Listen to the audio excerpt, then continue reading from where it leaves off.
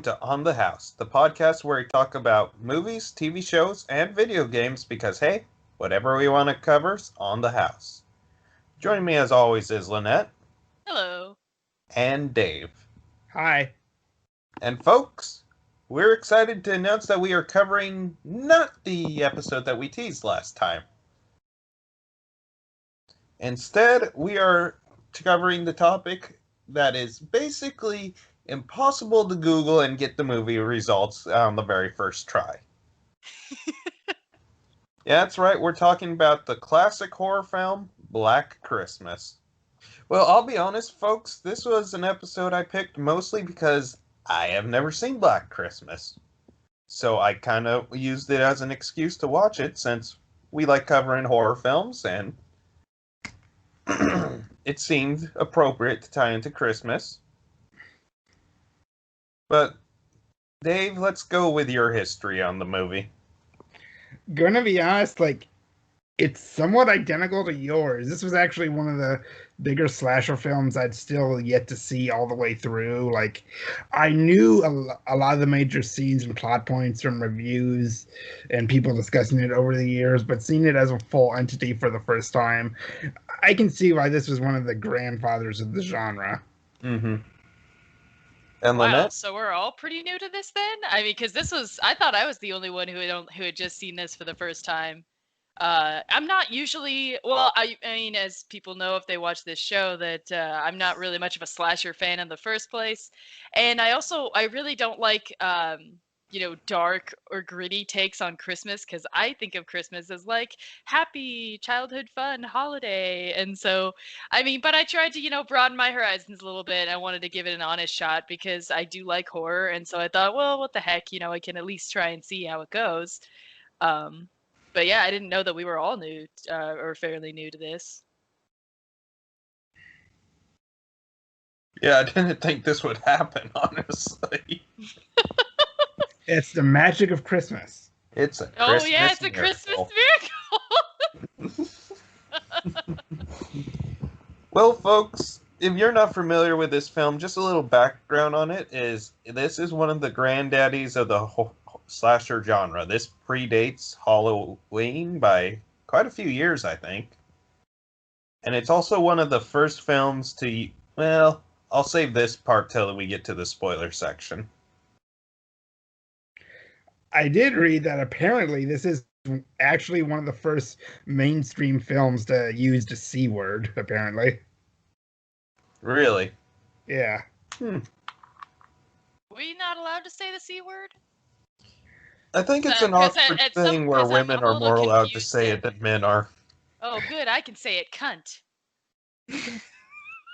Okay, because that was the C word we're talking about, right? Because I was like, I don't remember hearing that in the movie. Must have just flew right past. You heard it during some of the calls.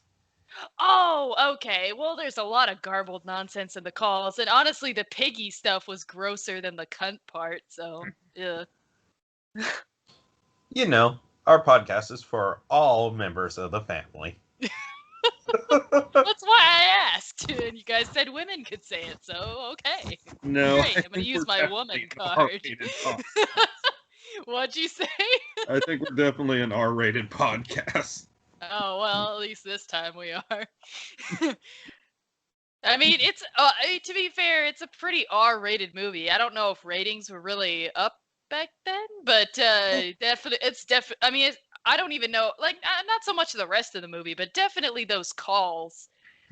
Okay, first of all, that's the most unrealistic thing about the movie was that they actually stayed on the line. I mean, I don't know anybody who would actually stay on the line if somebody's saying all sorts of weird stuff. Like, dude, no girl's gonna stay on the line. They're just gonna hang up. I mean, it makes sense later in the movie, but at first I totally agree. Right, later in the movie when it's like there's an actual threat, and so yeah, but when they're first doing it, it's like, no, they wouldn't hang around and mess with him. They would just hang up, like, whatever, we got better things to do. So that was the most unrealistic part of the movie for me, was the fact that they stayed on the phone, like, yeah, sure, okay. And actually, I read, because I like looking at trivia for these things, that they recorded the killer's dialogue over the phone later, so when they shot the girls like reacting to the calls, they were just told to react. They didn't know what would be played over it.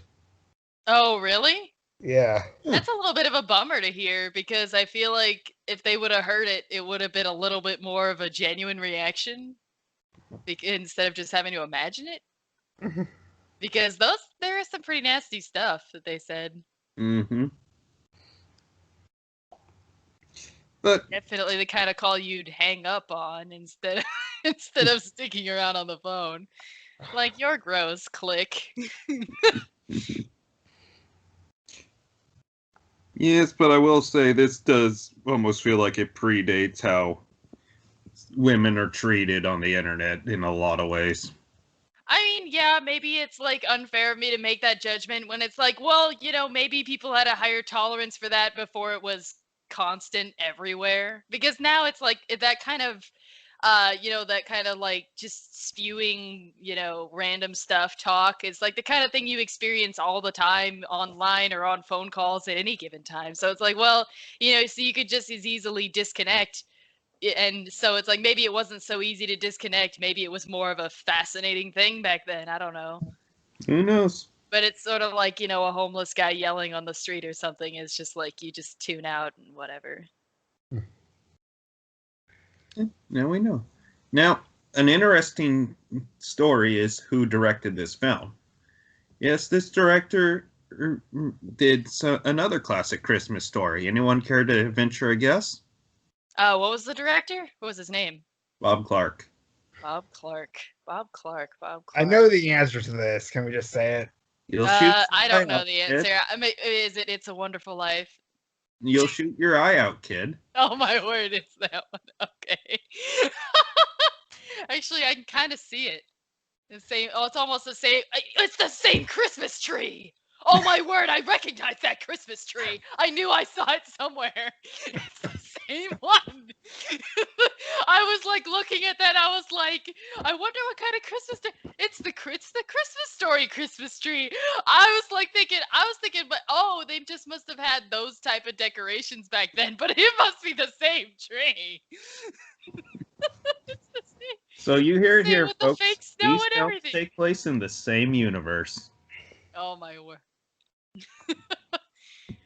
Yeah, one of them takes place in suburbia and the other one takes place in the big city. You can tell the difference. Though, what's stranger to think that the director of Black Christmas later did A Christmas Story, or that the director of A Christmas Story earlier did Black Christmas? Wait, what? I'm sorry, I did not follow that. It's more shocking that A Christmas Story, the guy who did The Christmas Story did both this and Porky's. And I will say that out of all the podcasts we've done so far this year, this is actually the first time we've had a recurring actress. Oh yeah, it's very true. Who? The opening victim was played by an actress named Lynn Griffin, who was 9 years later Patty, the comedian in Curtains. Oh, okay. I don't know if I really recognized her. You mean the one that's stuck in the attic the whole time, right? Yep, the one who Yeah, dies okay. first. Yeah. Which I will say, I've always seen that image and I always thought it was going to be a huge spoiler. But it turns out, no, this is literally the opening scene almost. That was also one of those things that I thought was kind of weird the whole movie. And I was just like, man, they must have a really good airtight seal on that attic because I'm pretty sure that body would stink within. I mean, bodies stink less than 24 hours after they're dead. I mean, come on. She was there for like a whole week. So I thought it was kind of. I thought this whole film took place in one night. Wait, really? I thought it was supposed to take place over the goes course of a to week. The next morning, Okay, that's true. That's true.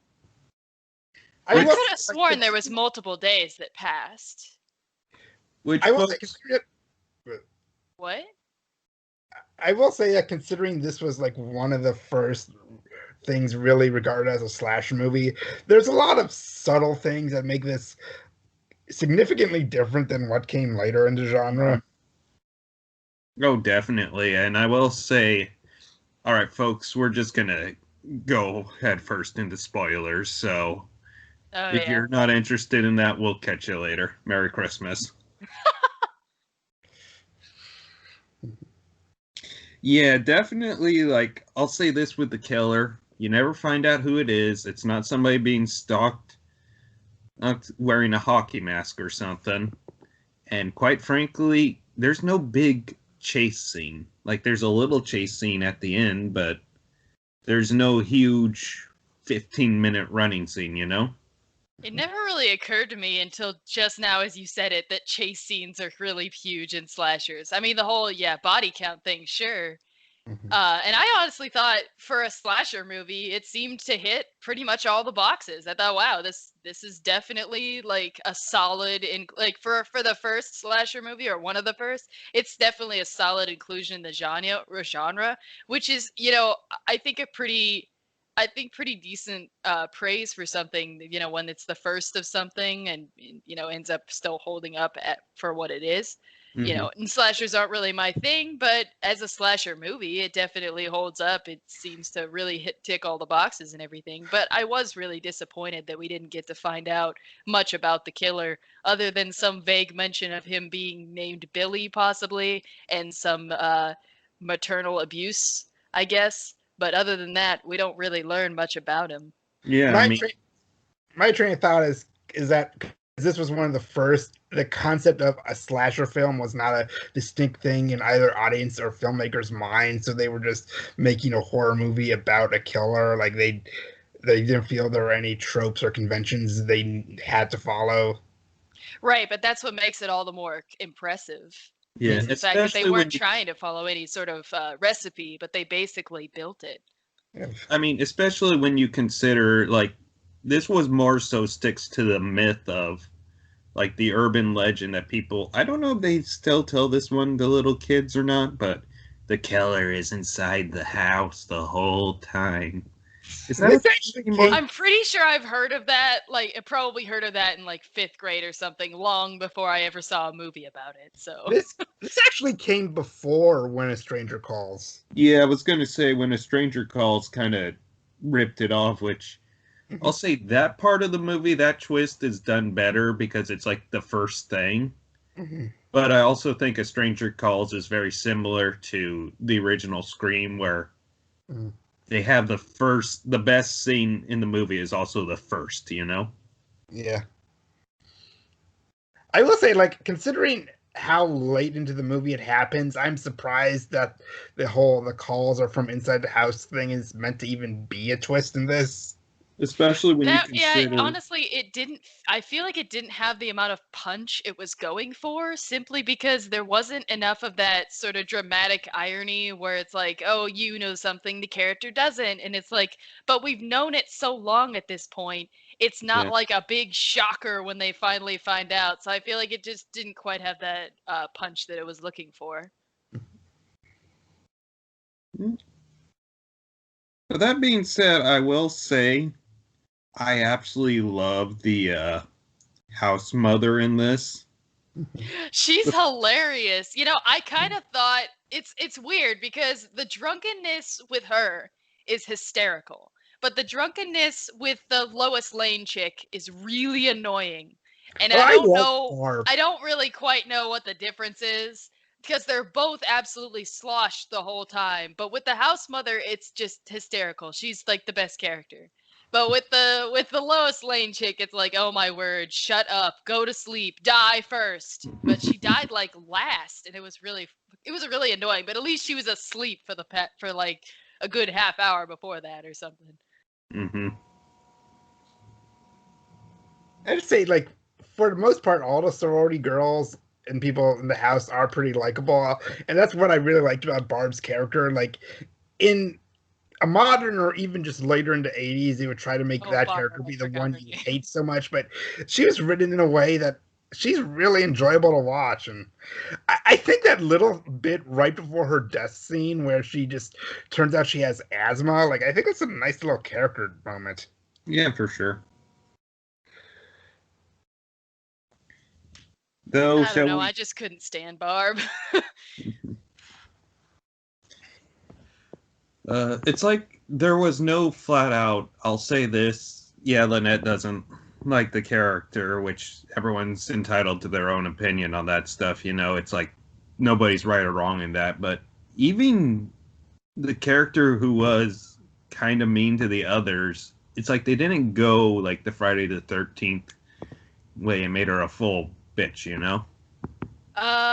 one was the bitch? I can't. And like a lot of the story girls kind of blended together for me. Well, to be fair, I think there were really only 4 prominent ones. There's Mm-hmm. Claire, the one who dies first. Then there's Jess, the lead, Barb, and Phil. Like Which one was the last one? The final girl?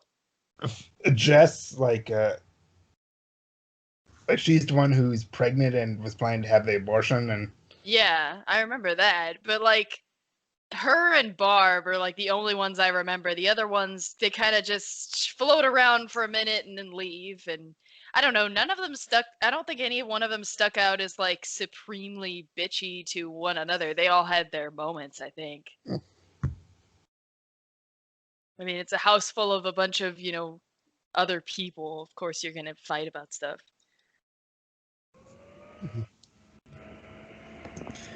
Although, let's say that I will say this for an early slasher, where very much they could have just done this like a person with a knife for all the kills, but they had some very creative kills in this movie. I'm particularly a fan of the moving hook one that took out the den mother. Oh, yeah. and Barb's death was always a classic. Oh, yeah. Oh, the unicorn horn? Yeah, that's one thing I knew about the movie going in. Like, I thought that was like the final kill just because of how much people talk about it. And I will say, I even like the opening death because for an early slasher film, it doesn't do the cheap thing. Like, we know there's a POV shot of the killer and we know he's in the closet, and when Claire goes over, rather than do the fake out, she checks where he was and then he comes from somewhere else. No, she does get attacked from where the killer was standing, so it's fair. Yeah. And then while we're talking about kills, like, how tragic is the very last one in the movie? Oh, Like- yeah, the piano guy. That was really sad. No, Because he was... What? I wasn't talking about the piano guy. I was talking about our lead character, how the police somehow end up leaving her alone, and then Belly is still in the house. Oh, right. I Wait, think so that- the implication is that she died? But, I mean, they never really showed that, did they? Yeah, because the phone keeps ringing, and you know how he would call after every single kill? Oh, wait, he would call after every kill? I thought there was plenty of times when he would call, like, just at random times. There were some random times, but Okay. I feel like I missed that implication then. Well, actually, I read that they were making this, they were having debates on whether to either definitively kill her off, definitively show her survive, or leave it ambiguous, and they went with the ambiguous route. I Yeah, thought which- it was, I mean, yeah, it seemed pretty ambiguous to me. In fact, like when the 2006 remake failed, they wanted to do a direct sequel to the original and bring like Jess back as the new house mother. no, that would be after H2O, right? Yeah, this would have been in like this was Bob Clark's plan before his death, but like after the like 2006 remake happened, so this would have been like late 2000s. Okay. It would have been like a decade after H2O then, probably. But Which, thinking that H2O is like 40 years, is like 20 years yeah, old, like is so weird for my me. favorite joke about the 2018 Halloween. This is 20 years after the Halloween 20 years later movie. Well, do you guys have anything else you want to say, or should we move on to just some of the impact that this film had? Well, just another one of my favorite bits of trivia about this was that the studio really wanted them to change the title, and do you want to know why? Because they thought it was going to be a blaxploitation film. Yeah, people would. Yeah, that's kind of the point. I made the joke about it, like it's impossible to Google this movie because every time I do, it just comes up with a bunch of Hallmark films. Wait, really? What? I thought Yes. you were making that joke because there was so many remakes.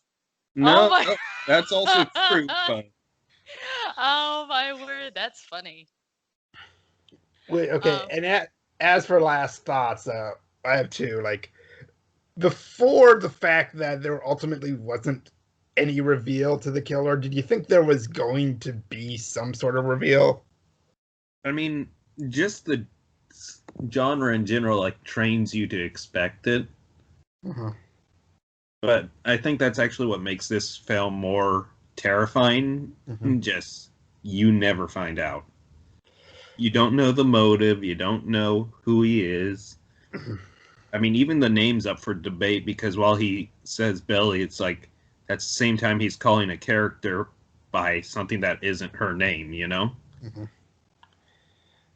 And I will I say, mean, I you think go that it on. was. I found it kind of disappointing that I really kind of was looking forward to finding out at least a little snippet, like maybe the cops would mention something like an old newspaper clipping about some boy abused by his mother that he killed or something and whatever. And like, I mean, I kind of expected them to throw in something, but they just didn't give us anything. And I was disappointed because my favorite part of horror movies is the actual character of the monster or villain or whatever. So, um, Which I will say, I think because they were so focused on the redhead herring, they didn't want to divert from it. well, and that was another problem I had with the movie was they spent so much time focusing on the red herring, just like insisting, like, don't you think it's the piano guy? You know it's angry piano guy, right? Right? And I'm just like, no, it's not angry piano guy. Will you please stop insisting? I And will then say, like they really confirmed it when they showed the killer's eye way up close and it's a brown eye and it's like, well, angry piano guy has blue eyes, so clearly he's not. And then they go on to do another red herring scene where he's like, where they make it so like, oh, look, he's creepily going after his ex sort of girlfriend. Then, like, look, he might kill her. And it's like, dude, he has very bright blue eyes. It's clearly not him. Stop trying to convince me it's him. Can we move on?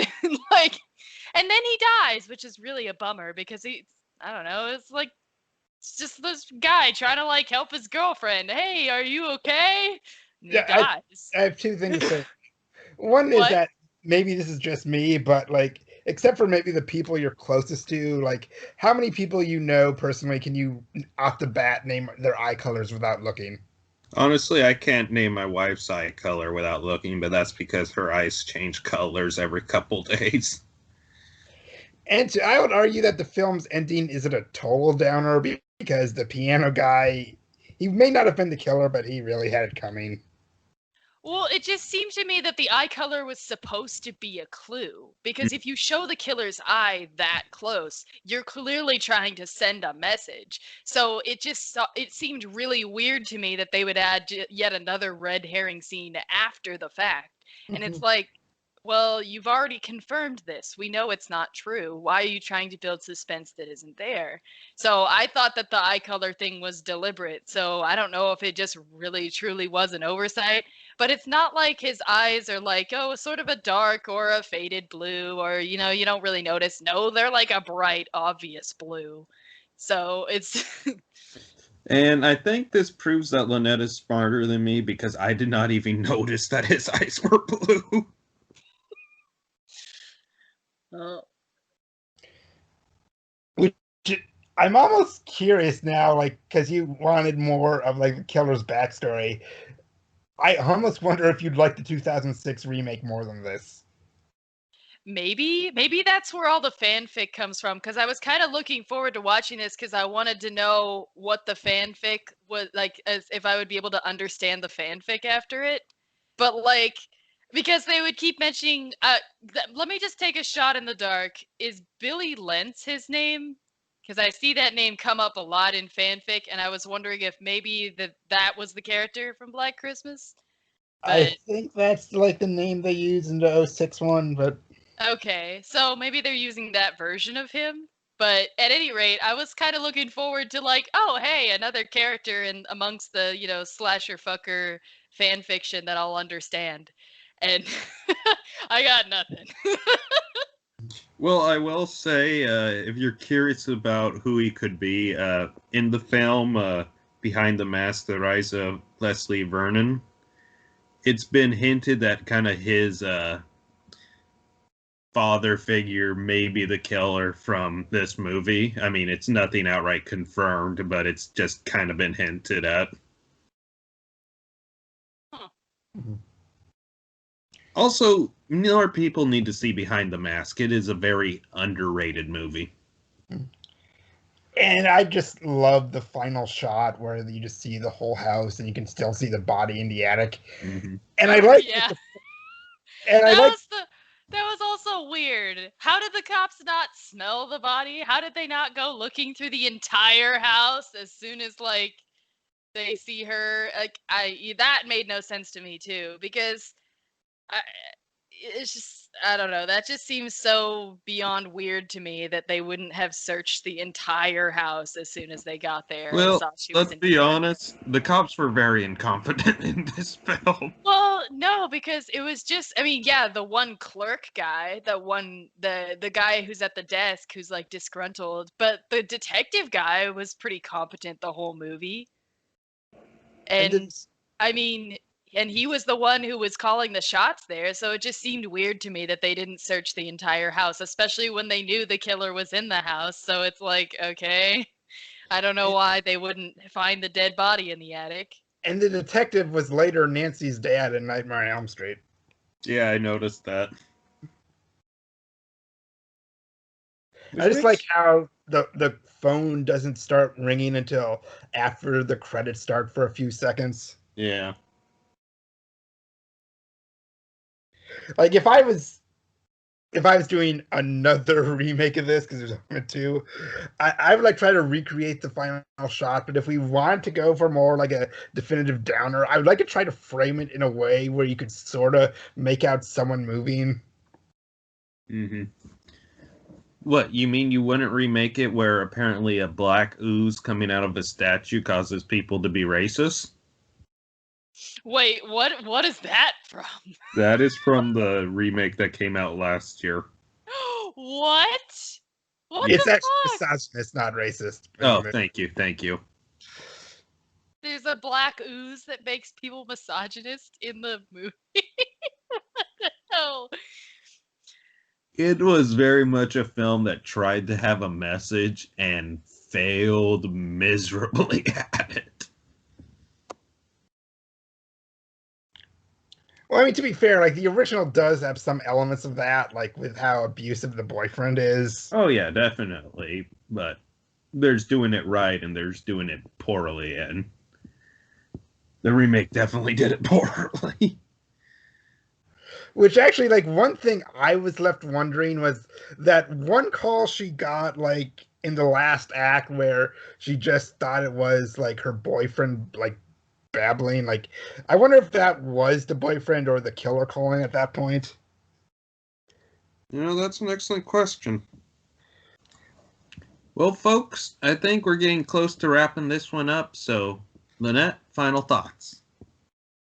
Well, like I said, not really my kind of movie, so I ended up not really caring for it. I liked at least watching the Den Mother; she was funny. And oh yeah, the piano getting destroyed. That's got to be the most traumatic death I've ever seen in a horror movie. That was just tragic.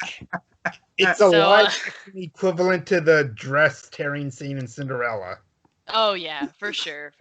It was pretty traumatic. I don't think I'll recover from that. But you know, that's about my extent of the enjoyment of the movie.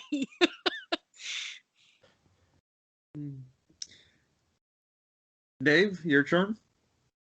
Well, since this was one of the more mainstream slashers I'd yet to see, I think it did fairly live up to the hype. There were a lot of intense set pieces. The characters were a lot more memorable, and the atmosphere was undeniably unsettling. And the creepy calls, some of them were, even for a genre where this is a normal thing, they did get genuinely off-putting. Yeah, they're pretty gross.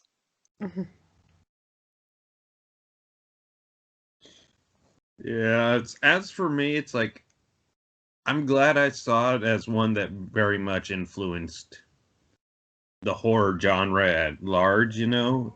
There's certain elements that I don't think have particularly aged well or work. Like even without seeing the eye color. Like you could tell this guy was gonna be a red herring. But overall, I do enjoy this film. I mean, yeah, you could definitely tell throughout the whole movie, but I'm just saying the eye color confirmed it. But yeah, there was definitely elements throughout the entire movie where it's like you can tell they're just trying to make you think he's the guy. What was weirder though was that they didn't give you like, because usually there's like a red herring and then there's the guy who's like sort of in the background that it might be.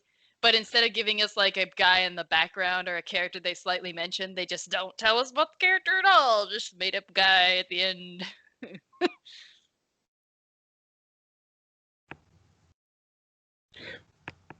That is like one last question I have is like, do you think the way the films like the plot plays out that we're supposed to be wondering who it is or just Like with the way They're they definitely did the trying to red. make you wonder who it is. Yeah. I think they were going for the whole like, oh, you never found out who he was. You thought it was this guy, but actually, you'll never know. It's like, yep. Well, we'll never know because you never told us.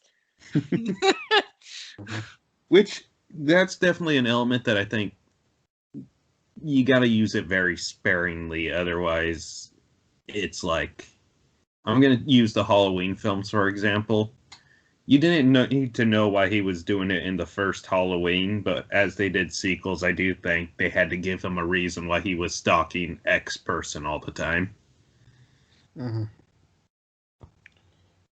Like I think ambiguity only works once per franchise. Yeah. I'm not a big fan of ambiguity in the first place. They're okay. There's a certain type of ambiguity, I guess, that can work, but I don't know. I like being able to know who the character is, even if I can't totally understand why. Which like even the first Halloween does give you somewhat of a like a somewhat a backstory for Myers then like Right, exactly. Like you get to see who he is and you get to see like why the way he is. You don't get to see why he does the stuff he does. He just does. But you do get to see who he is as a character and that's interesting because you get to follow what this character does even though you don't know why. And I think not knowing why is more interesting than not knowing who. Yeah, I'll agree with that. Mhm. But folks, with that, we're going to end with a little tease on what I promise is going to be the next episode. Um Bye everybody.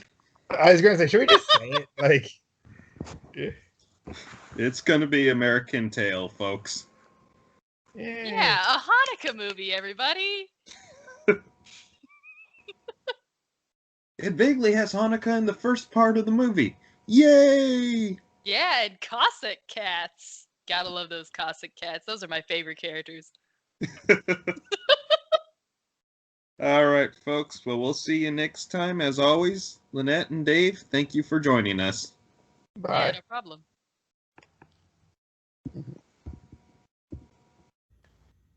Hey guys, Clancy here. Just wanted to hop on and, record a new outro for this. It's been a little while since I updated the old one and just kind of wanted to talk to you guys more about where I'm at with my journey and just kind of what you can do if you're struggling as well, because I know a lot of people probably skip over this part here, but I don't do it for them. I do it for the one person who may need it. That's how I think about this. If over the course of 1,000 videos, one person listens to it, it's worth it to me, because at one point, I was that same person. So, little update. Since the last time I recorded a message here, I've been officially diagnosed as bipolar, which for some I know that's a big scary thing, but for me personally, it's kind of a nice just knowing what I actually have, And guys, mental health doesn't have to be a scary thing. There shouldn't be a stigma attached to it like it is. And I pray one day that, at least for our next generation or something, we're able to move past the stigma we have and get on to a better future for everyone. But in the event you're ever struggling, there is a number you can call. I'm going to have it showing up on screen right now. And that number is 1-800-273-8255. Again, it's 1-800-273-8255. Guys, there's no shame in having to call that number if you need it. I've had to call it numerous times myself.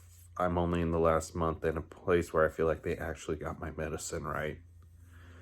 So, just my words are, don't give up if you're struggling.